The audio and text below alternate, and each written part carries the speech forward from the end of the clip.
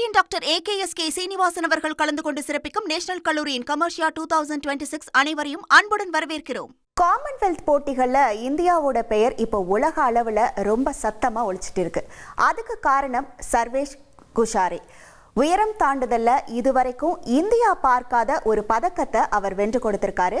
Commonwealth போட்டிகள்ல ஆண்களுக்கான உயரம் தாண்டுதல், அதாவது ஹை ஜம்ப் பிரிவுல இந்தியாவிற்கு முதல் முறையா ஒரு வெள்ளி பதக்கத்தை தட்டி தூக்கி இருக்காரு 31 வயசான சர்வேஷ் குஷாரே. திங்கட்கிழமை நைட்டு நடந்த ஃபைனல்ஸ்ல குஷாரே 2.25 மீட்டர் தாண்டி இந்த வெள்ளியை ஜெயிச்சிருக்காரு. ஜமைக்கா நாட்டை சேர்ந்த ரோமைன் பெக்ஃபோர்ட் அப்படிங்கிறவரும் இதே 2.25 மீட்டர் தான் தாண்டினாரு. ரெண்டு பேராலையும் அடுத்த டார்கெட்டான 2.28 மீட்டரை தாண்ட முடியல. இருந்தாலும் கவுண்ட் பேக் முறைப்படி ஜமைக்கா வீரருக்கு தங்கமும் குஷேராவுக்கு வெள்ளியும் கிடைச்சிருக்கு.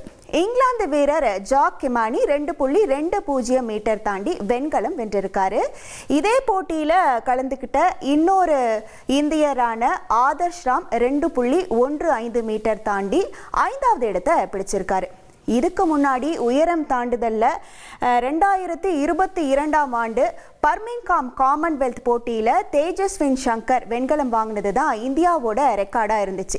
இப்போ அந்த ரெக்கார்டை பிரேக் பண்ணி குஷாரே வெள்ளி பதக்கம் வாங்கி சாதனை படைச்சிருக்காரு. அதுவும் காமன்வெல்த் போட்டியில இவர் கலந்துக்கிற முதல் மேட்சிலேயே இந்த பதக்கத்தை கிடைச்சிருக்கு. இந்த மேட்ச்ல தேஜஸ்வினும் கலந்துக்கிட்டாரு.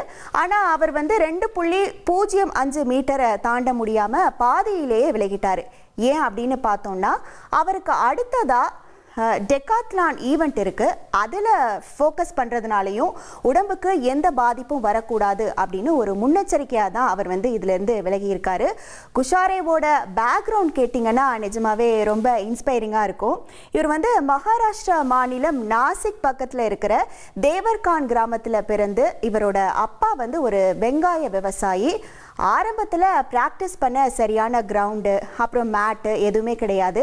சோளத்தட்டைகள், பருத்தி, விவசாய கழிவுகள் இதையெல்லாம் வச்சு தான் இவரோட அப்பாவும் கோச்சும் சேர்ந்து ஒரு தற்காலிகமான குழியை ரெடி பண்ணி கொடுத்துருக்காங்க.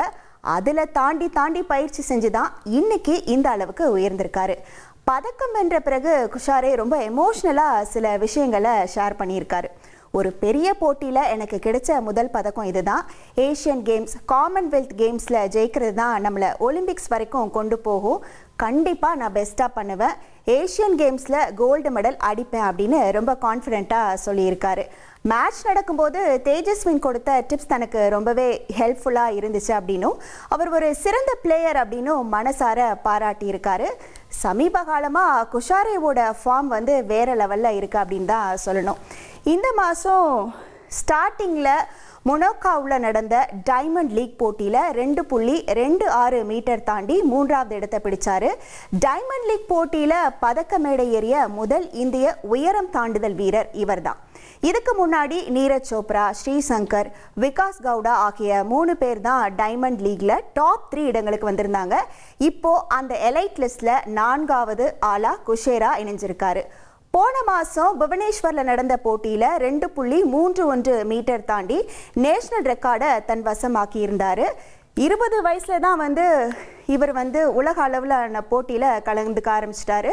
2018 முதல் தங்கம் 2.24 மீட்டரில், அடுத்து 2019 2.26 மீட்டர், அடுத்து 2022 2.27 மீட்டர்னு கொஞ்சம் கொஞ்சமாக முன்னேறி உலக சாம்பியன்ஷிப் போட்டியில் ஃபைனல்ஸ்க்கு போன முதல் இந்திய உயரம் தாண்டுதல் வீரர் அப்படிங்கிற பெருமையையும் தேடி தந்திருக்காரு. கிராமத்து பின்னணியில இருந்து வந்த ஒரு விவசாயியோட மகன் இன்னைக்கு உலக அரங்கில் வெள்ளி பதக்கம் வென்று இந்தியாவுக்கு பெருமை சேர்த்திருக்காரு. ரொட்டேரியன் டாக்டர் AKSK சீனிவாசன் அவர்கள் கலந்து கொண்டு சிறப்பிக்கும் நேஷனல் கல்லூரியின் கமர்ஷியா 2026 அனைவரையும் அன்புடன் வரவேற்கிறோம்.